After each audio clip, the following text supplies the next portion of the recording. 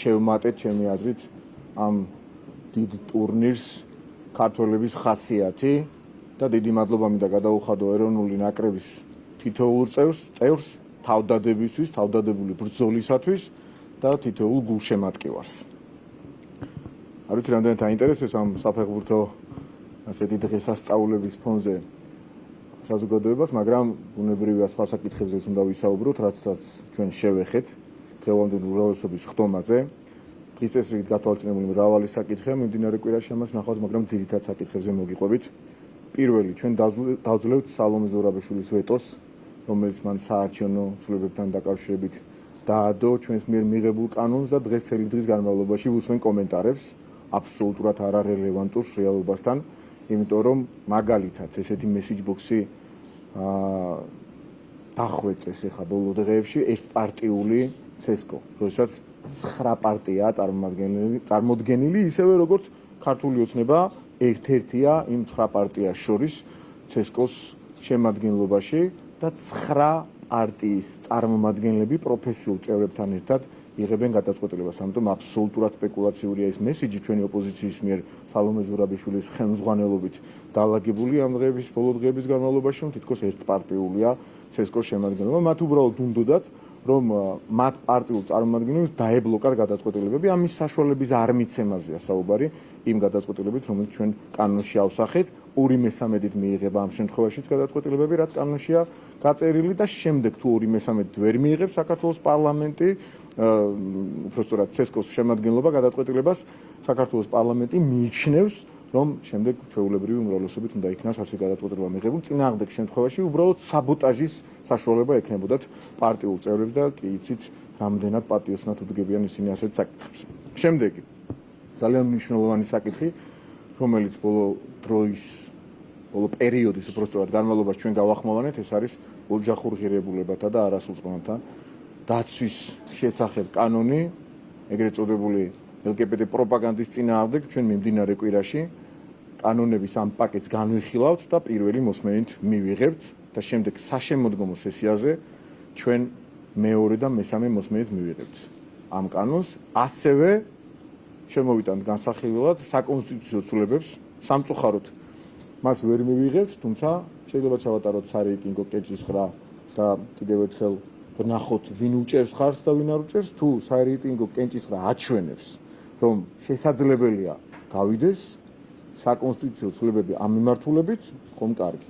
თუ არა და ჩვენ ბუნებრივია დაველოდებით შემდეგი პარლამენტის შემადგენლობას, რომ ეს წესი და ეს წესები, რომელიც საზოგადოებას უკვე მოუყევით, განვამტკიცოთ კონსტიტუციითაც. ასევე ჩვენ სიახლე გვაქვს, რომ ფრაქციაში ავირჩიეთ ახალი მოადგილე, ერთი ვაკანსია იყო და მეორე არის დარჩენილი პირველი მოადგილის მოგეხსენება და ეს ადამიანი არის ძალიან წარმატებული და პროფესიონალი ახალგაზრდა კაცი ლევან მაჭავარიანი და მე მას მინდა მივულოცო ეს თანამდებობა ფრაქციის თავმჯდომარის, ანუ ჩემი მოადგილე იქნება დღევანდელი დღიდან. ასევე ჩვენ გვექნება მიმდინარე კვირაში უზენაეს სასამართლოს მოსამართლეების არჩევა, ასევე გვექნება საზოგადოებრივი მაუწყებლის ბორდის წარმომადგენლების არჩევა და პარასკევს საქართველოს პარლამენტის წინაშე ანგარიში წარდგება საქართველოს პრემიერ-მინისტრი. ეს არის მიმდინარე საკითხი და თქვენ გახსოვთ, რომ უკვე 3-ჯერ თუ 4-ჯერ ქონდა უკვე საშუალება ოპოზიციას დაებარებინა საქართველოს პრემიერ-მინისტრი ირაკლი კობახიძე პარლამენტში, მისი პრემიერ-მინისტრად არჩევის შემდეგ ვერც ერთხელ მათ ვერ გაბედეს, რომ დებატებში შესულიყვნენ ირაკლი კობახიძესთან, საქართველოს პრემიერ-მინისტრთან. წინა წლების განმავლობაში, ბოლო წლების განმავლობაში ისინი სულ აგებენ დებატებს საქართველოს პარლამენტში, ეთქობა ამის გამოძახილი იყო ის, რომ ინტერპელაციით არც ერთხელ არ ისარგებლეს და ახლა არიან ბოიკოტში, უმრავლესობა მათგანი ბოიკოტშია და ამით ცდილობენ რაღაცნაირად სამსახურში არიარონ და ესე ზოგადი ბოიკოტებით გაამართლონ ეს ამბავი. პარასკევს იქნება საინტერესო დებატები, თუ ისინი მოისურვებენ მათი ნაწილი მაინც დებატებში მონაწილეობის მიღებას და მიმდინარე სასესიო კვირა დასრულდება პრემიერ-მინისტრის ანგარიშით, როგორც უკვე მოგახსენეთ. კითხვებისთვის მზად ვარ.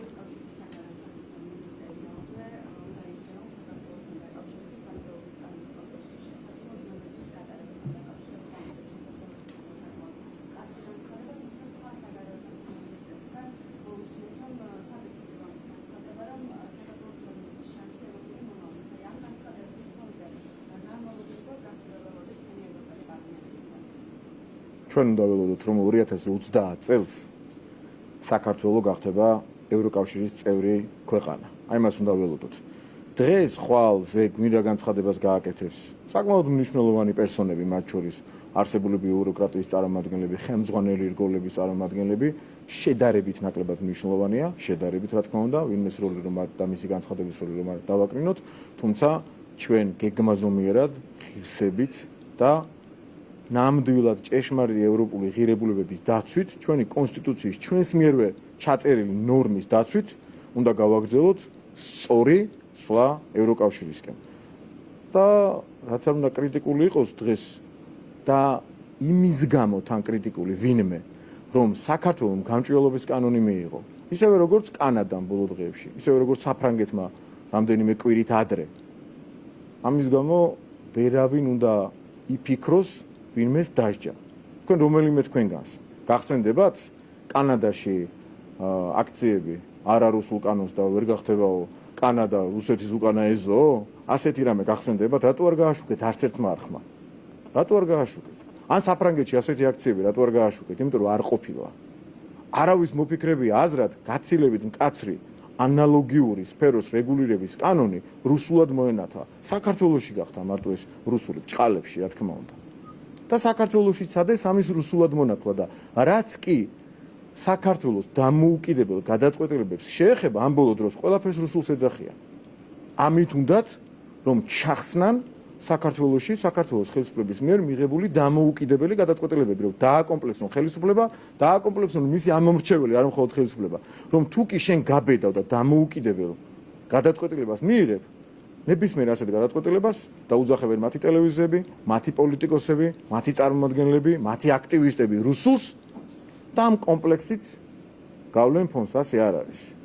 ის რაც მიიღო კანადამ, ის რაც მიიღო საფრანგეთმა, ის რაც 10 წლებულებია მუშაობს ამერიკის შეერთებულ შტატებში, ვერ იქნება საქართველოს რუსული და გარედან დაფინანსებული საუკუნის αφიორა თავს ვერ დაიჭერს იმ ფორმით, როგორც მათ უნდათ ეს მოხდეს. ამის გამო კრიტიკას ჩვენ ვერავისგან არ და ვერ მივიღებთ.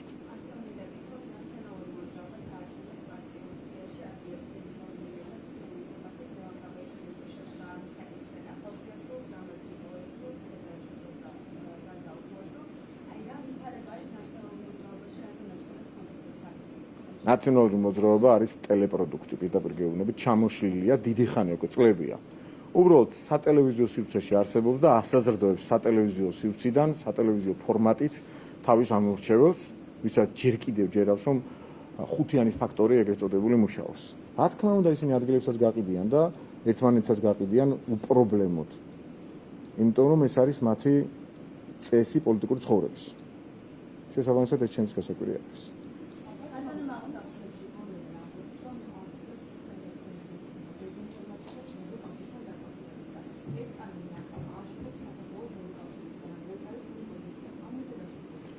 იქნებ თქვენ TV პირველის წარმომადგენლების დანდებით და თუ შეიძლება რომელ დეზინფორმაციაზეა ლაპარაკი ხო არ იცით თქვენ რომ მითხრათ რა დეზინფორმაციას ვავრცელებთ ევროკავშირთან დაკავშირებით რომელიმე თქვენგან საოცრებად გეცოდინებათ უბრალოდ არ იტყო და ისე ბორელი ხო?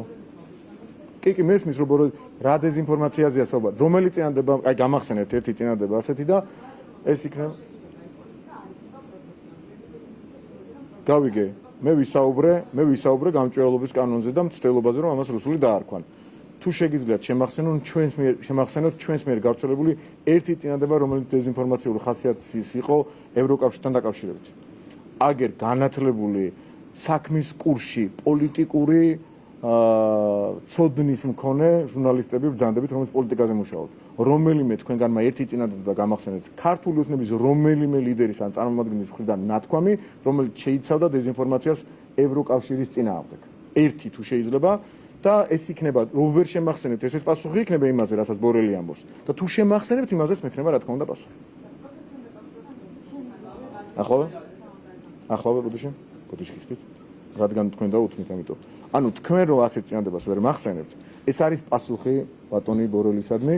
ჩვენ შეგვიძლია შეუთვალოთ ბატონ ბორელს, რომ ქართულ ჟურნალისტებში, მათ შორის იმ ჟურნალისტებში, რომლებიც წარმოადგენენ ეგრეთ წოდებულ კრიტიკულ მედიას, ჩვენი შეფასებით ნაციონალური მოძრაობის მედიას, არ აღმოჩნდა არც ერთი, რომელიც ერთ წინადადებასაც კი გაიხსენებდა იმასთან დაკავშირებით რა დეზინფორმაცია გაავრცელა ქართულმა ოცნებამ ევროკავშირთან დაკავშირებით. პირიქით, ჩვენ ვართ ის ადამიანები, ვინც 2017 წელს შევიტანეთ როგორც სავალდებულო დათქმა საქართველოს კონსტიტუციაში ევროკავშირთან და ნატოსთან ინტეგრაცია. ეს არის ჩვენი პასუხი და 2030 წელს მე შემთხვევით არ ვახსენებ. ჩვენ 2030 წელს მაგალითად დიდი სიამოვნებით თუ ზედმეტად პათეტიკური არ გამომივა, შეგვიძლია თქვათ და ვიტყვით დარწმუნებული ვარ, რომ ევროპაში პირველი მზე ჩვენთან ამოდის. დარწმუნებული ვარ, ამას ვიტყვით, ახლავე შეგვიძლია თქვათ, ჩვენ ვართ ევროპის ყველაზე აღმოსავლეთი ნაწილი და საქართველოს როდესაც გახდება ევროკავშირის სრულფასოვანი წევრი, ევროპული მზე პირველად საქართველოში ამოვა, ამაში ღრმად ვარ დარწმუნებული, იმიტომ რომ ჩვენ კულტურულად, მენტალურად ვართ ევროპის ნაწილი და თუ კი ღირსებაზე ვლაპარაკობ და თუ კი იდენტობაზე და ტრადიციებზე ვლაპარაკობ, სწორედ ეს არის ევროპული, რომელიც ქრისტიანულ საწყისებს და დემოკრატიულ საწყისებს ეფუძნება. დიახ.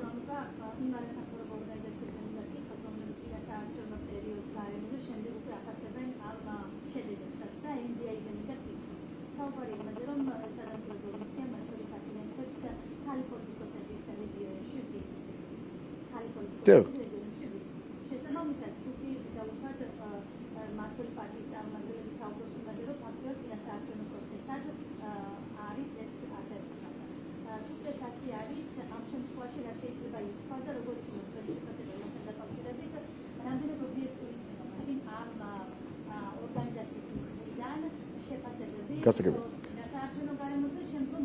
პირდაპირ გეტყვით, რომ მაგალითად სამწუხაროდ გვიწევს იმისი თქმა, ამას თუ არ თქმევენ დეზინფორმაციას, აგერ შემიძლია მე გაგახსენოთ, როდესაც ელჩი, ერთ-ერთი ელჩი იმყოფებოდა მაგალითად ერთ-ერთი პარტიის ღონისძიებაზე, რომელი პარტიაც თავის მხრივ შემდეგ პერიოდში უკვე საარჩევნო კლიპებით იწონებდა თავს მაყურებლის წინაშე. აი ამ დღეებისგან, ბოლო დღეების განმავლობაში მე პირადად თქვენს ნახავდით ნაცმოძრაობის ტელევიზიებში გასულ საარჩევნო კლიპს.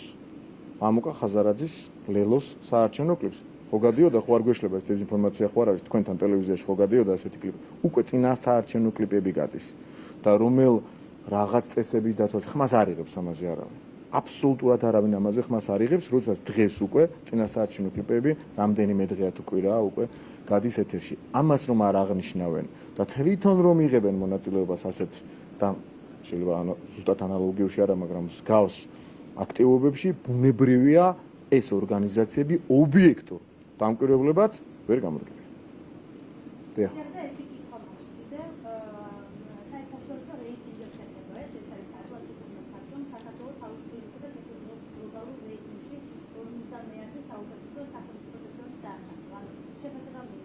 ეს 50-ე თავის მხრივ კიდე სხვა რამეს ნიშნავს. მე დღევანდელი რადგან არის ეს ამბავი, აქ მიწერია და წამოღებული მაქვს სპეციალურად 2012 წლის შემდეგ, რაც კიდევ უფრო მნიშვნელოვანია. სიტყვა სიტყვით, თავისუფლების შეფასების ხანგრძლივი გაუმჯობესებით. საქართველოს მსოფლიოს საუკეთესო ათეულში და ევროპაში არის პირველ პოზიციაზე. ანუ პროგრესი. და როდესაც კრიტიკაზე ლაპარაკობენ, მათ შორის ჩვენი ევროპელი მეგობრები, უნდა გაითვალისწინოს ყველამ, რომ ატლანტიკური საბჭო ამ მონაცემებს აქვეყნებს თავის მხრივ შემდეგ მონაცემებზე დაყრდნობით. ესენია სამართლიანი არჩევნები, სამოქალაქო თავისუფლებები, პოლიტიკური უფლებები, კანონის სიცხადე, სასამართლოს დამოუკიდებლობა და ეფექტიანობა, ჯანსაღი ბიუროკრატია და კორუფციისგან თავისუფლება, საზოგადოებრივი უსაფრთხოება, საკუთრების უფლება. აი ამ მონაცემებზე დაყრდნობით კვლევა მიდის იმ დასკვნამდე ატლანტიკური საბჭოს, რომ საქართველოს ევროპაში არის პირველ ადგილზე ხანგრძლივი გაუმჯობესებით თავისუფლების შეფასების. ეს იმას ნიშნავს, რომ ჩვენ პროგრესი, ხო შედარებითობაზე აქვს საუბარი, პროგრესი 2012 წლიდან დღემდე რაც გვაქვს პირველ ადგილოსანი ევროპაში. კანდიდატ ქვეყნებზე აღარ არის, ევროპის ქვეყნებშიც. შესაბამისად ეს იმას ნიშნავს, როდესაც ჩვენ რაღაცა რეფორმებზე გველაპარაკებიან, ჩვენ არსებულის გაუმჯობესებაზე ვლაპარაკობთ.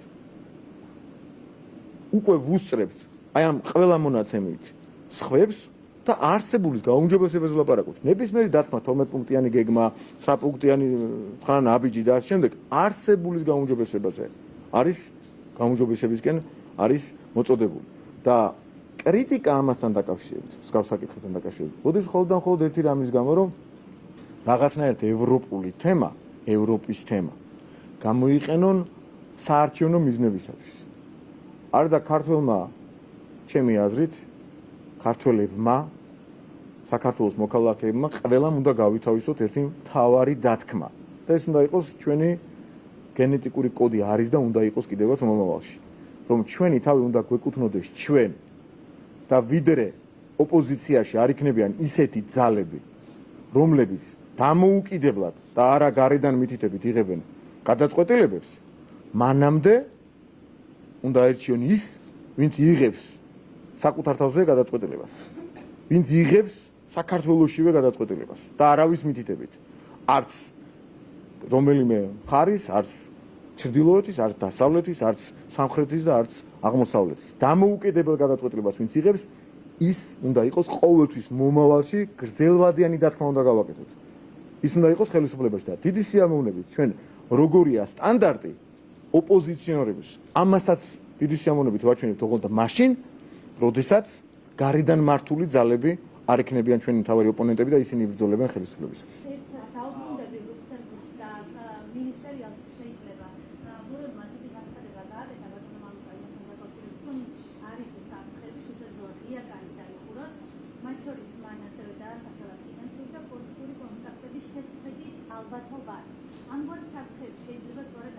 მე მგონია რომ ამგვარი საფრთხეები ორი რამის გამო ვერ დადგება. პირველი, საუკუნის აფიორაა რუსული კანონი, ეს პროექტი. იმიტომ რომ რუსული კანონი არსებობს მხოლოდ რუსეთში, საქართველოში არსებობს ქართული, ამერიკაში ამერიკული, ანალოგიური სფეროს რეგულირების კანონები. კანადაში კანადური, აწუკვე, საფრანგეთში ფრანგული და ასე შემდეგ. ეს არის საუკუნის თაღლითობა რუსული კანონი. ეს არის პროექტი, რომელსაც ქვია თაღლითური პროექტი და ამაზე პიარის კლასიკოსები ილაპარაკებენ 10 წლეულების განმავლობაში, ამის გარანტიას გაძლევთ, რომ საზოგადოების რაღაც მნიშვნელოვანი ნაწილი დააჯერეს ამ თაღლითურ სქემაში, რომ საქართველოში მიღებული კანონი, რომელიც მიუხედავად იმისა, რომ ამერიკაში მოქმედებს, მიუხედავად იმისა, ისრაელში მოქმედებს, ზელანდიაში, ახლა მიიღო კანადამ, საფრანგეთმა, ანუ თანამედროვე ტრენდი და გამოწვევა და საქართველომაც მიიღო, მაგრამ საქართველო პატარა ქვეყანაა თურმე და დიდებს შეუძლიათ რაღაცის მიღება, გაცილებით კაცრის. სისხლის სამართლის პასუხისმგებლობით, უდიდესი ფინანსური სანქციებით და საქართველოს თურმე არ შეუძლია ამის გაკეთება. იმიტომ რომ საქართველო არის პატარა, მცირე რიცხოვანი ხალხი, დასახლებული ქვეყანა და თურმე არ შეუძლია და ამიტომ საქართველოში ეს კანონი რუსულია. ეს არის საუკუნის თაღლითური პროექტი. და ამას ასე არ გავატანინებთ. შესაბამისად ამისა, ეს არის პირველი მიზეზი, რატომაც არ ველოდებით ნეგატიურ რაიმე შედეგებს და მეორე, თქვენ გახსოვთ ალბათ, როდესაც ვიღაცებს უნდათ რომ საქართველოს წარმატება რამენაირად ჩამოშორებოდა საქართველოს მთავრობას და ხელისუფლებას და მიწეროდა მხოლოდ ქართულ ხალხს. რა თქმა უნდა, პირველ რიგში ქართული ხალხის დამსახურება ყველაფერი. ჩვენი არჩევაც ქართული ხალხის დამსახურება, ჩვენ რომ ხელისუფლებაში ვართ, ესეც ქართული ხალხის დამსახურებაა, კანდიდატის სტატუსის და ევროპულ გზაზე ყველა წინა წარმატებაც, რომელსაც აღასრულებს საქართველოს ხელისუფლება. და წინა შემთხვევაში საქართველოს მოსახლეობას, ქართულ საზოგადოებას მიანიჭის და ახლა ქართულ საზოგადოებას დასჯიან ფინანსური სანქციებით, რაღაცა ვიზა ლიბერალიზაციის თემების შემოპარებით. რა ლოგიკაა? წინა შემთხვევაში ყველანი გარედან, შიგნიდან გვეუბნებოდნენ, რომ ეს მიანიჭეს საქართველოს და ქართულ ხალხს. ახლა აღარ არის ქართველი ხალხი? კი ბატონო, ეს რაღაცა ვირტუალური სანქციები დაგვიწესონ ჩვენ. თანახმავართ ამაზე და ბევრჯერ გვითქვამს, არათუ სანქციები, არამედ თავსაც წირავდა ქართველი კაცი და ქართველი ქალი თავის სამშობლოს. მაგრამ ქართველი ხალხის დაშინებით რაღაცა დასჯის მეთოდებზე საუბარს ყველა ჩემი აზრით თავი უნდა დაანებოს. ჩვენ ერთგვარი დავარქვა თუნდაც გადატვირთვის ეტაპზე ვართ. ეხლა ამ დაწყნარებულ სიტუაციაში ყველამ უნდა გაიაზროს, რა განცხადებები გაკეთდა გუშინ, რა იყო დიდი სიცრუის და თაღლითობის მხარდაჭერა, ნებით თუ უნებლიეთ, რა ტრენდი იყო ეს და რას ემსახურებოდა ეს ყველაფერი. და უნდა ვიაროთ რეალობის და არა დეზინფორმაციის გზით. და გაღმა შედავება არ არის საუკეთესო მეთოდი, რომელთაც რომელიმე ქვეყნის ხელისუფლებას ან ხალხს უნდა ებრძოლოს. ეხ მე დიდი ხანი აღარ დავშევი უკაცრავად.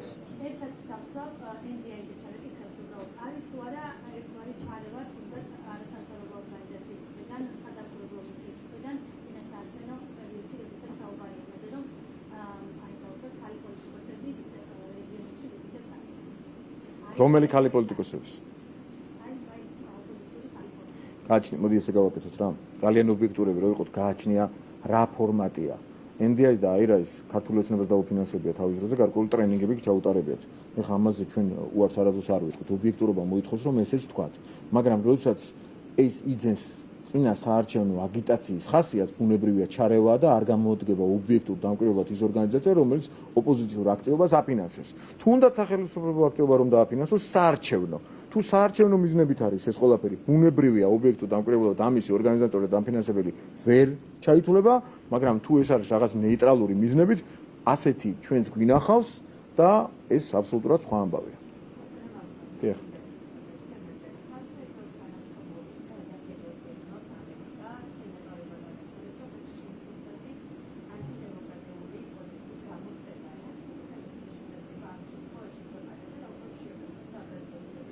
ჩვენ გვესმის არა ერთი მუქარი შემცველი განცხადება ბოლო პერიოდის განმავლობაში და ყველაფერი ეს უკავშირდება გამჭვირვალობის კანონს, რომლის გარუსების მცდელობა წარუმატებელი აღმოჩნდა, თუმცა სამწუხაროდ საქართველოშიც კი საზოგადოების გარკვეული ნაწილი დღესაც მიიჩნევს, რომ ჩვენ თითქოს მართლაც რუსული კანონი მივიღეთ, მიუხედავად იმისა, რომ ეს ანალოგიური კანონები გაცილებით მკაცრი ფორმით დასავლეთის ქვეყნებში მუშაობს და ახლა იღებენ ბოლო პერიოდის ახალი ამბებია საფრანგეთის და კანადის შემთხვევები მათ მიიღეს ბოლო პერიოდის განმავლობაში მიუხედავად ამისა საუკუნის თაღლითობაში გაეხვა ბევრი ადამიანი საქართველოში მათ ირწმუნეს რომ მართლაც რუსულ კანონს ვიღებთ მე იმ დონეზე არიან ამაში ჩართულები აქტივისტები რომ ხვდებიან ქართული ოცნების დეპუტატებს ქუჩაში თუ კი სადმე გადააწყდებიან დავალება აქვს პირდაპირ მიღებული წამახალისებელი ღონისძიებებიც არის თანხა ამაზე გამოყოფილი $500 თითო ვიდეოსათვის მაგრამ ამ ბოლო დროს სხვათაშორის საინტერესო ტენდენცია გაჩნდა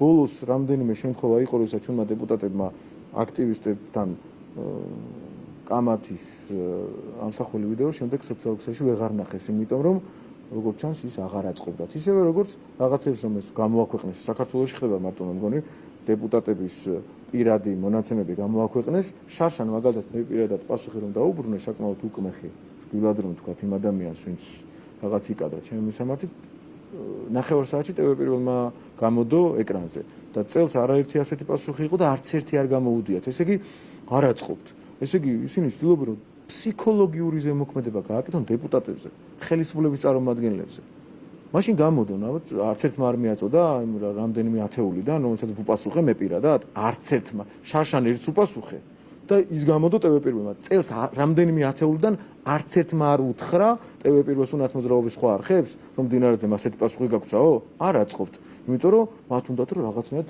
წარმოაჩინონ მორალესობის დეპუტატები დაბურინგებულები შეშინებულები და ასე შემდეგ რომ ისეთი რაღაცა მორალური უპირატესობა მოიპოვეს თითქოს რომ აი რუსული კანონი მიიღეს აი ესეთ მარაზმში აცხოვრებენ საზოგადოებას და აქედან გამომდინარე ნებისმიერი კრიტიკა არარელევანტურია იმიტომ რომ თავად ამბავი თუ ტყუილზეა დაფუძნებული შემდეგ ამ ტყუილ ამბავზე დაფუძნებული კრიტიკა არის არარელევანტური და ამ კრიტიკას ვერ მივიღებთ და ჩვენ მათ ვეუბნებით როდესაც ლაპარაკობთ იმაზე რომ დაგასანქცირებთ გვეუბნებიან ჩვენ საქართველოს მოსახლეობის უდიდესი უმრავლესობა არის დასანქცირებული უკვე 10 წლეულებია არ აძლევენ ვიზებს შედიან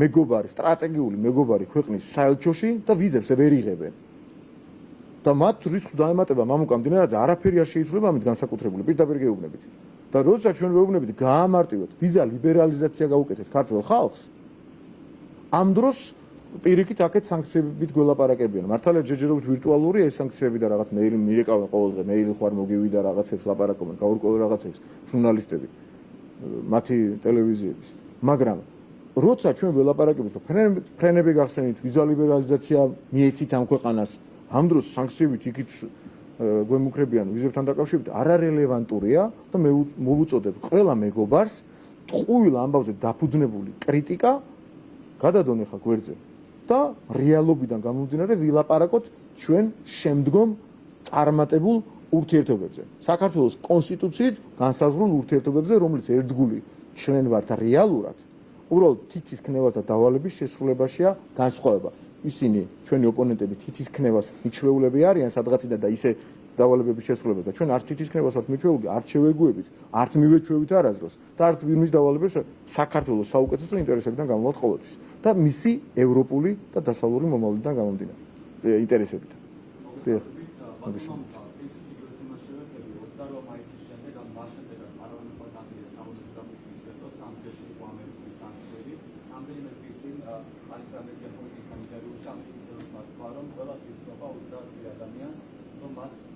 უკვე ეცნობაო?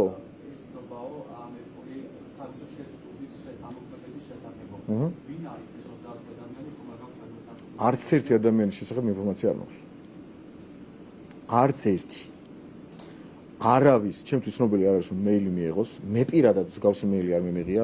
მირეკავდნენ თქვენი კოლეგები და მეუბნებოდნენ, მიუხედავად იმისა, რომ ცალკე ინტერვიუზე თქვენ მოგეხსენებათ, არ თან ხვდებოდი, მიიღეთ თუ არა, ჩვენ გვაქვს ინფორმაცია, ოღონდ ტყუილსაც ხო გაჭა, ქართული ოცნებიდან. თუ ქართული ოცნებას და სხვა წარმომადგენლებს ჩემგან არ აქვს ინფორმაცია, თქვენ როგორ გექნებათ ქართული ოცნებიდან ინფორმაცია? თავშივე ტყუილი იყო, ხო?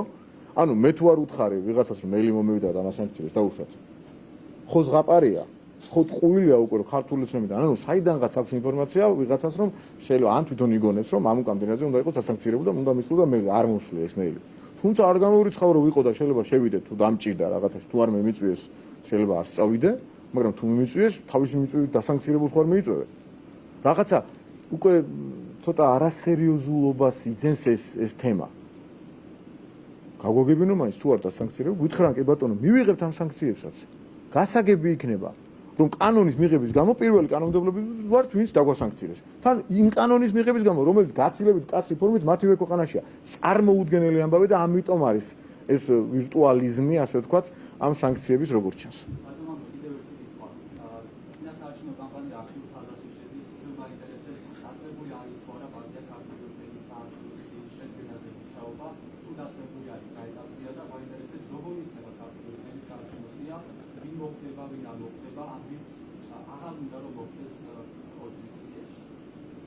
ანუ სახლები და გვარებით უნდა გითხრათ? ფოტოშურს ჩვენ ესე რომ დამждარიყავით და სიაზე გველაპარაკა, გაგვილო, ასე არ გვიმუშავია, იმიტომ რომ ძალიან სხვა ბევრი საქმე გვაქვს ამ ეტაპზე, მაგრამ ესეც ძალიან მნიშვნელოვანი საკითხია და მე მგონია რომ უახლოეს მომავალში მაინც მოგვიწევს ამ თემაზე საუბარი, ჯერ ცოტა ადრეა სიასთან დაკავშირებით მსჯელობა, თუმცა ქართული ოცნების დღევანდელ უმრავლესობის დღევანდელ შემადგენლობაში ვერც ერთზე ვერ ვიტყოდი, რომ რომელიმე მათგანი არ იმსახურებს, რომ შემდეგ სიაში იყოს და დიდი ალბათობით მათი უდიდესი უმრავლესობა რაღაც სხვა პოზიციებს თუ არ დაიკავებენ, დაუშვათ, არ ვიცი, ხა მაგალითად ჩემი პირველი მოადგილე გია ცაგარეიშვილი ძალიან მნიშვნელოვან პოზიციაზე გადავიდა, გახდა ჯანდაცვის მინისტრის მოადგილე. თუ მსგავსი გადაადგილებები არ იქნება, ალბათ ჩვენ ვიხილავთ იგივე შემადგენლობას და დამატებით ბევრ საინტერესო ადამიანს ჩვენ სიაში. შესაბამისად, დიდი რაღაც სასკანდალო ამაში ვერაფერი გექნებათ და რამე განსაკუთრებული ვერაფერი გამოდნება ამ ამბიდან, ჟურნალისტებისთვის განსაკუთრებით საინტერესო რო იყოს, სიაზე ესე ზოგადად გაგცემთ 100 პასუხს, როგორც ამას მე ახლა ვაკეთებ. დიახ.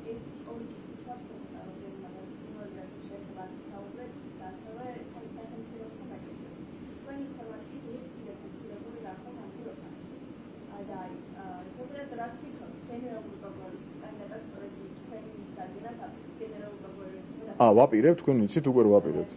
არ ვაპირებთ.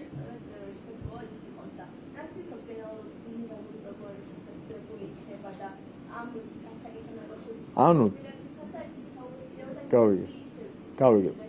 თავარმა არხმა თან გითხრა რომ ანდრიო ხანაშვილი დასანქცირებულია, რომლის შესახებ ჩვენ ინფორმაცია არ გვაქვს. თან გითხრა რომ ჩვენ ვაპირებთ გენერალურ პროკურორად მის წარდგენას და თან კითხვა დამისვა გენერალურ პროკურორი რომ დასანქცირებული იქნება როგორი საქმეა და არც ერთია მართალი, არც მეორე და როგორ გიპასუხოთ ახლა მას ოდნავ სერიოზულად ხევანდელ რაზე ყრილობა ის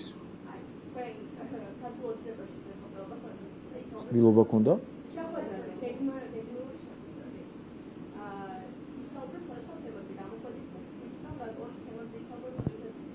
საუბარი დაიწყო ფრანგულიდან და გუგლით აზრებით. დღეს თუ იყო დასაცირებასთან დაკავშირებით თქვენში საუბარი, არც ერთი წინადადება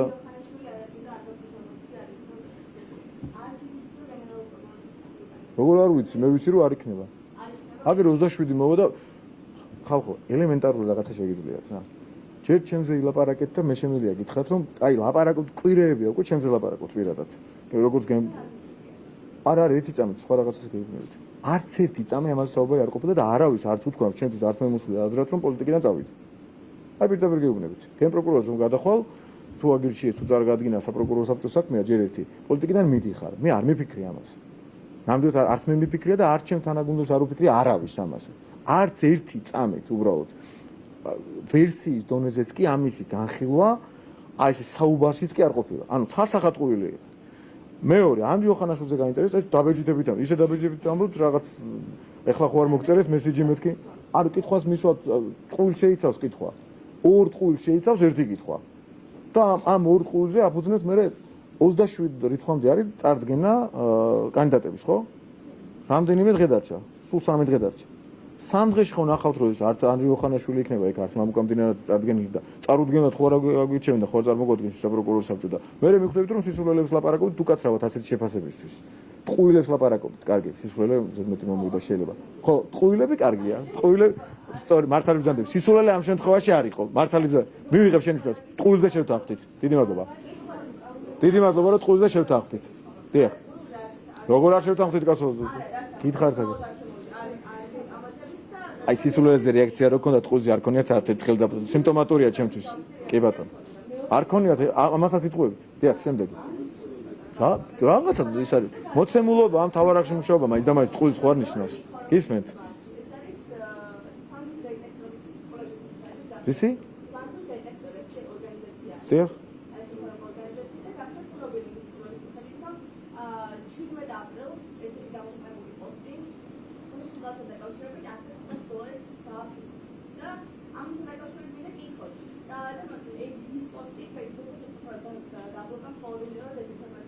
სამწუხარო თქვენთვისაც? გავიგე. საბედნიეროდ. თქვენ საბედნიეროდ. ის რომ აი ახლა ქართების გადაგდა პროპაგანდაში რამდენად არის რამდენად საქართველოს თქვენ თუ იცით კითხვას მისვავთ რა პოსტზე მელაპარაკებით იცით? ერთ-ერთი არა რა შეეხებოდა? რატომ არის ეს კანონი რატომ არის ეს კანონი? ხო. ანუ თქვენ ამბობთ რომ ფლანგვის დეტექტორმა დაგვიბლოკა ინფორმაცია იმის შესახებ ერთი წამი გავიგე Facebook-მა დაბლოკა ქართველი Facebook-ის წარმომადგენლები ვინ არიან საქართველოში ფაქტ-ჩეკერი და ასე შემდეგ სერგი კაპანაძე და ლაკა ხოშტარია რუსულობლები დაფინანსებული ხო ასეა ესე იგი სერგი კაპანაძემ და ლაკა ხოშტარიამ დამიბლოკა მე პირადად საკმაოდ ზვირად დაფინანსებული პოსტი პარტიის ბიუჯეტიდან და პარტიას უღირს დიახ ის რომ სიმართლე გააგებინოს $500 კი არა მილიონებს ხარჯავს ხოლმე მაგალითად საარჩევნო პერიოდში და სხვა პერიოდშიც პარტია აბსოლუტურად ლეგიტიმურად რომ საზოგადოებამდე მიიტანოს სწორი ინფორმაცია რამდენიმე მილიონს თქვენ $500 გაგიკვირდათ და ჩვენ გეუბნებით მე გეუბნებით რომ მილიონებს ხარჯავთ ამაში ადამიანებისგან მიღებულ შემოწირულობას არაერთი ბიზნესმენისგან და იმ ხა თუ ადამიანის შესაძლებლობა არ გაჩნდება შემოწირავს ხო შეძლებული ადამიანებისგან შემოწირულობებს ხარჯავთ მილიონებს იმაში რომ სწორი ინფორმაცია მივიტანოთ ეს არის აბსოლუტურად ლეგიტიმური ეს ხდება ყველა ქვეყანაში თქვენ გაგიკვირდათ $500 დაფინანსებული პოსტი რომელიც შეიცავდა ინფორმაციას იმის შესახებ განმარტებას იმის შესახებ რატომ არ იყო კანონიზებული და ეს დაბლოკა ხოშტარიას და კაპანაძის მითითებით Facebook-მა წარმოიდგინეთ ანუ თქვენ ხო აბა რა თავისით ხა ზუკერბერგს მოვაფიქრდა ეს დინარაძის პოსტი რაღაცა ვერ არისო ისეთიო რაღაც პირადად ამოწმებენ ისი საქართველოში ესე იგი განახოლმე Facebook-ის ჰედები და ამოწმებენ ეს მამუკამდინარაძის პოსტი ეს განმარტება რაღაცა პროპაგანდისტული და არ მოგწონს ჩვენ და ამი ვიღაცა აწვდის ინფორმაციას ეს ვიღაცა ვიცით ვინც არის ესენი არიან ხოშტარიას და კაპანაძის ორგანიზაცია რომელი ორგანიზაცია სუბიექტურად აწვდის ინფორმაციას სამწუხაროდ ეს ორგანიზაცია მათი პარტნიორი საქართველოში და სამწუხაროდ პოსტი დაიბლოკა მხოლოდ და მხოლოდ იმის გამო რომ იყო შეიცავდა განმარტებას რატომ არ იყო კანონი რუსული ახლაც ეხა კიდევ კარგი რომ მე თქვენ აქ ვერ მბლოკავთ თორე აქაც დამბლოკავდით ეხა თქვენ ეხა უბრალოდ აქედან გამაქრობდით რომ მოგცეთ საშუალება. იმიტომ რომ ახაც ვამბობ, რატო არ არის კანონი რუსული? იმიტომ რომ ამერიკის შეერთებულ შტატებშია, იმიტომ რომ კანადაშია.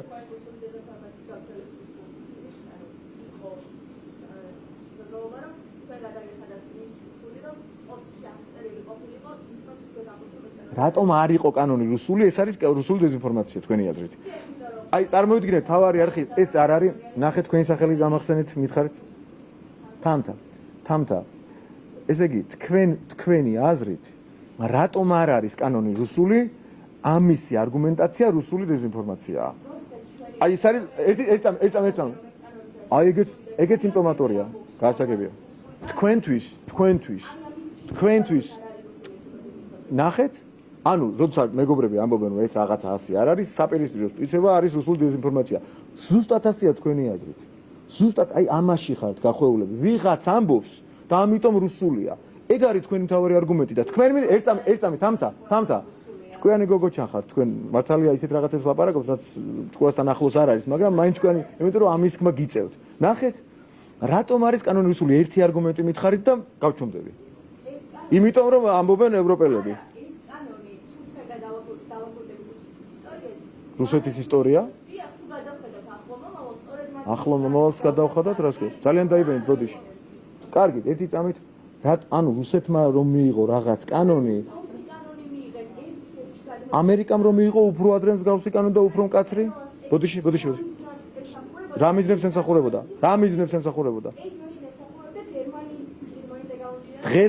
დღეს ფაშისტურ გერმანიას ებრძვის ამერიკა? არა, რატომ მუშაობს? მაშინ რატომ მუშაობს კანონი? მარტო რუსულს ებრძვის? ტყუილია. დიახ, ერთი წამი ხან უშველით. ერთი წამით. ამერიკული კანონი დღეს ვის წინააღმდეგ არის? ანუ რუსეთია მარტო? გიულია ალასანია რუსია? ფორმულა რუსული ტელეკომპანია, ბოდიში ერთი წამით. ფორმულა, იმიტომ რომ ფარაში მოხდა. იმ კანონის მიხედვით მოხდა ფარაში. ანუ თქვენ ამბობთ რომ ფორმულა რუსული კომპანიაა. როგორ არა? ამ წუთას თქვით. თქვენ ამ წუთას თქვით, რომ ებრძვის მხოლოდ რუსეთს, ხო თქვით ეს? უკაცრავად არა, ხო თქვით? ფარაში რატომ მოხდა ფორმულა ან გიული ალასანია? მაშინ მითხარით და დავამთავროთ კამათი. ფარაში რატომ მოხდა გიული ალასანია და რატომ მოხდა ფორმულა? ტელეკომპანია რუსული დეზინფორმაციის გამავრცელებლები არიან? არა. რატომ მოხდა მაშინ? არ გამცემთ თუ ვერ გამცემთ, ბოდიში? არ გამცემთ. დიდი მადლობა, ყველაფერს ნიშნავს ეს. დიდი მადლობა. რატომ მოხდა? პასუხი არ გამცემთ. ვერ არა. აი ეს არის, უნდა ეს უნდა მოისმინოს ყველამ. ერთი წამით. ყველა კითხვაზე გამეცით, აქამდე პასუხი და ამაზე ვერ გამეცით და ეს არის თავარი ლუსტრაცია თქვენი და თავარი არხის. დიდი მადლობა, რომ ასე შემომყევით ბოლომდე კამათში და ბოლოში არ გამეცით პასუხი. დიახ.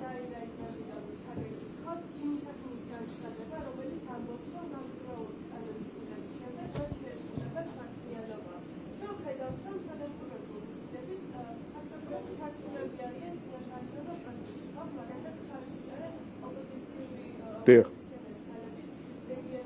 კი, დამიშვის.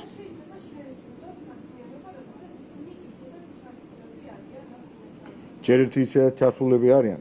მეორე საქმიანობის შეზღუდვა არის აბსოლუტურად ჰაერიდან მოტანილი ამბავი. ერთი მთავარი მიზეზი გამო. ამაზე ლოიალური კანონმდებლობა ამ მიმართულებით არ აქვს არც ერთ ქვეყანას. არც ახლად მიღებული კანადური კანონია ლოიალური კი არა, გაცილებით მკაცრია. სისხლის სამართლის პასუხისმგებლობა რამდენიმე მილიონი დაჯარიმებას ითვალისწინებს. ამერიკაში მოქმედი ახლა პასუხები რო ვეღარ გაგვცეს. ამერიკაში მოქმედი აწლეულების განმავლობაში მოქმედი კანონი, ისრაელში მოქმედი კანონი, საფრანგეთში მიღებული ახალი კანონი, ევროკავშირის ახალი დირექტივა, ყველა არის გაცილებით მკაცრი. და როგორ ხდება ეს, რომ თუ ევროპაში, თუ კანადაში, თუ ამერიკაში არაფერს არ ზღუდავს და პირიქით დემოკრატიის გაძლიერებას უწყობს ხელს, უსაფრთხოების საკითხების დახვეწას, უსაფრთხოების გამოწვევებთან გამკლავებას, გარეჩარევებისგან გამკლავებას სხვა ქვეყანაში ხელს უწყობს და საქართველოში რუსულია? ამიტომ ასეთი დაბალი და მდარე ლოგიკა ამ ჩვენი მიღებული კანონის რუსულობაში. და ვიღაცამ თქვა, გეუბნებიან. იმან თქვა და იმიტოა რუსული. რუსეთშიც არის და იმიტოა რუსული მსგავსი კანონი. მაგრამ ამერიკაში რო არა, ის ამერიკაში სხვა რამის ფაშისტურ გერმანიას ებრძო, დღეს რუსეთს ებრძო. ტყუილის ხმა უწევს ადამიანს, რატო იცით? იცით რატო უწევს? იმიტომ რომ თვითონ კამპანია იყო ტყუილი. შესაბამისად არავის არაფერი არ ეზღუდება იქ, შესაბამისად არავის არაფერი არ ეზღუდება აქ. სადაც კიდევ უფრო რბილი ვერსია ამერიკული კანონის, კანადური კანონის, ფრანგულის და ასე შემდეგ. გაცილებით მხოლოდ ერთადერთ რაღაცას დეკლარაციის შევსების ვალდებულებას და შეუსრულებლობის შემთხვევაში ჯარიმას ითვალისწინებს. როცა კანონები ამ მსგავსი რეგულირების, მსგავსი სფეროს რეგულირების, სადაც სისხლის სამართლებრივი პასუხისმგებლობაა, თუ არ შეავსებენ დეკლარაციას, თუ არ დარეგისტრირდებიან ფარას და სხვა მსგავს რეესტრებში და ასე შემდეგ. საუკუნის თაღლითობა ამიტომ არის. ესე იგი, რაც დასავლეთის ქვეყნებში მიღებულია გაცილებით მკაცრი ფორმით, ის რუსულია საქართველოში. აი ამ პროვოკაციულ და თაღლითურ ვერსიას ამ კანონის შეფასების არ უნდა წამოეგოთ. თავმოყარეობა უნდა გქონდეს ყველას და არ უნდა წამოვეგოთ ამას. ეს არის მთავარი ამბავი. თორემ ეხლა რამდენი წამი უნდა ვიკამათოთ, აი ესე შევალთ კამათში და კამათის ბოლოს აღმოჩნდება, რომ არა, გასაგებია, ხო რაღაც დაიბნება ნებისმიერი ადამიანი. იმიტომ კი არა რომელიმე თქვენ კოლეგას ჯგო არ ყოფნის. მართლა ძალიან ისეთ განათლებული ახალგაზრდები ხართ და ადამიანები ხართ, მაგრამ ვერ შემოხვალთ კამათში რატომ არის კანონი რუსული, იმიტომ რომ ბოლოში იჭედება ყველა. მე წამს მართლა მჯერა რომ გულწრფელად წამს თავის მხრივ ადამიანებს რომ რაღაცა რუსული საქმე გაკეთონ ამით. მართლა დააჯერეს ხალხს. მართლა დააჯერეს გულწრფელად არიან გაბრაზებულები ჩვენზე. იმიტომ რომ ეუბნებოდნენ მართლა დადგა ნახევარი მსოფლიო და უთხრა რომ რაც ჩვენთან მოქმედებს ის საქართველოს რუსულია. და იმან გვეუბნება თქვენი კოლეგა როგორ იმათმა რო თქვენს ტყუილს ხო არ იტყოდნენ და მყარი არგუმენტია. რა ქნას ამ ადამიანმა? არ დაიჯეროს? აგერ გამოდის ამხელა ბიუროკრატიის შემადგენელი ნაწილი ადამიანებისა და ეუბნებიან რომ რუსულია კანონი. რუსული მათ არ უთქვამს სხვათა შაშანდენისგან განსხვავებით, მაგრამ დემოკრატიული უკუსლა, ბექსლაიდინგი რაღაცებს ლაპარაკობენ და დაიჭერეს ამ ადამიანები როგორ ეხა ამან მამუკამუკეთისად იცის თუ ბორელმა და როგორ მყარი არგუმენტია. საკმაოდ. და საკმაოდ კი არა, შეიძლება ვიღაცებისთვის ხალიც არ გაუვა, მაგრამ სინამდვილეში ხო შეიძლება შენ თვითონ ჩახედო და წაიკითხო ის ფარაც, ის კანადურიც, ის ფრანგულიც და დარწმუნდები ბოლოს რა რაღაც სხვა რაღაცაშია საქმე. საკუთარი აზრით როგორც კი პასუხს გაცემ კითხვაზე შენ თავთან იმ წუთადად ნახავ ამ ყველაფერს. ფურცელზე დაწერეს წაიკითხავ და არა წაუკითხავ და ვიღამან თქვა და იმან თქვასე. მიხვდები რომ არაფრის შეზღუდვა არ ხდება, პირიქით ყველაზე ლოიალური კანონი ამ სფეროს მარეგულირების საქართველოს აქვს დღეს თანამედროვე სოფლიოში. დიახ. და დავამთავროთ თუ შეიძლება რა ამით. კი. ძალიან მოკლედ გეტყვით 2017 წელს როდესაც ჩვენ საქართველოს კონსტიტუციაში ევროპულ გზასთან ერთად და ბევრ კარგ რაღაცებთან ერთად რომელიც აბსოლუტურად გამორიცხავდა ავტოკრატიას ჩავწერეთ რომ ქორწინება ეს არის ქალისა და მამკაცის კავშირი. მაშინ ზოგი დამცინავად, ზოგი ირონიით, ზოგი გაბრაზებით გვამუნათებდა რა საჭირო იყო ამის ჩაწერა კონსტიტუციაში და ამის შემდეგ რამდენმა ჩვენმა მეგობარმა ქვეყანამ მიიღო ერთნაირი სქესიანთა ქორწინების შესახებ დათქმები კონსტიტუციაში, კანონებში ალბათ გახსოვთ, ხო?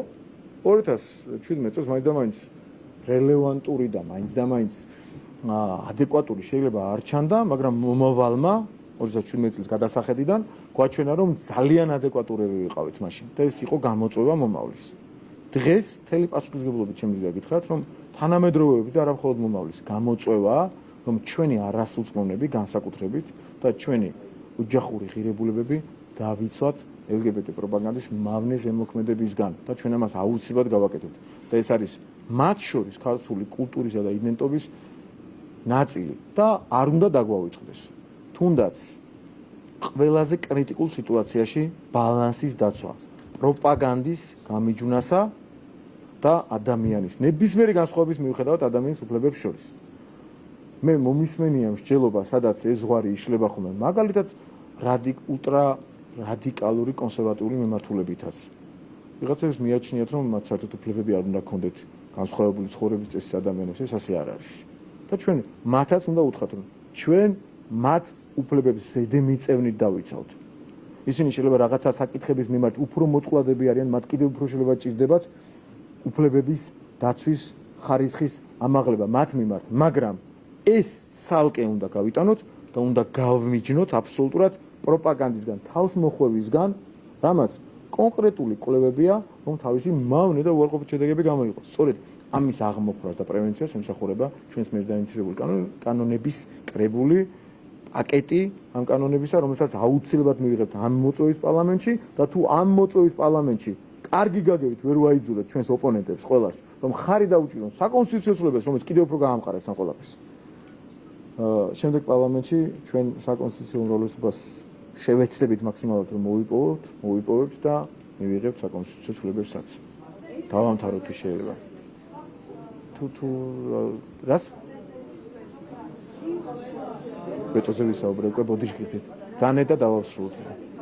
ამერიკის შეერთებულმა შტატებმა მიიღო განაცხადება, რომ საქართველოს ნატოს ვაშინგტონის სამიტზე დიახ.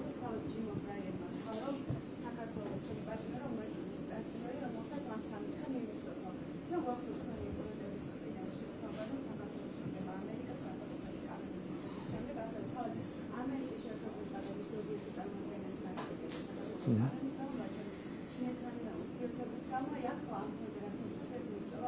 ჩვენ ამას მივეჩვიეთ. ჩვენ გვეუბნება რომ გვაქვს დემოკრატიული უკუსლა და მე რეიტინგები, რომელიც რომლის შესახებაც თქვენმა კოლეგამ დამისვა კითხვა, უმჯობესდება და რიგ საკითხებთან დაკავშირებით, რომლის მთავარი მახასიათებელია სამართლიანი არჩევნები, დემოკრატია, კანონის სიცხადე, გამჭვირვალობა, თავისუფლება და შემდეგ ევროპაშიც კი ამისი შეფასების ხანგრძლივი გაუმჯობესებით 2012 წლის შემდეგ პირველ ადგილზე ვართ.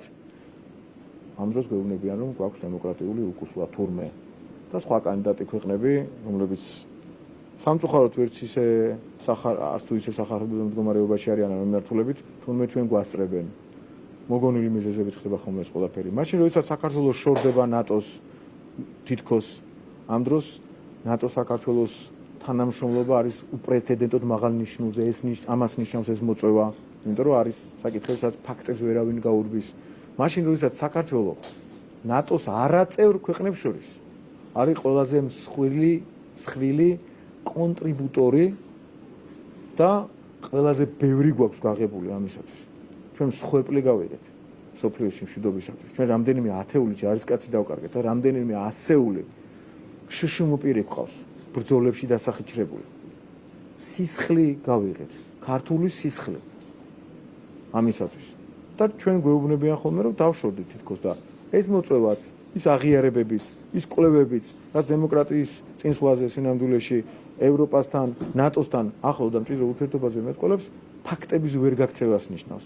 და ამიტომ არის რომ ერთი მხრივ პათოსი, საუბარი ვიღაცების ერთ მხარესა, სინამდვილე და რეალობა და პროგრესი მეორე მხარეს და ეს მეორე მხარე არის ქართული დამოუკიდებლად ევროპული გზა. დიდი მადლობა.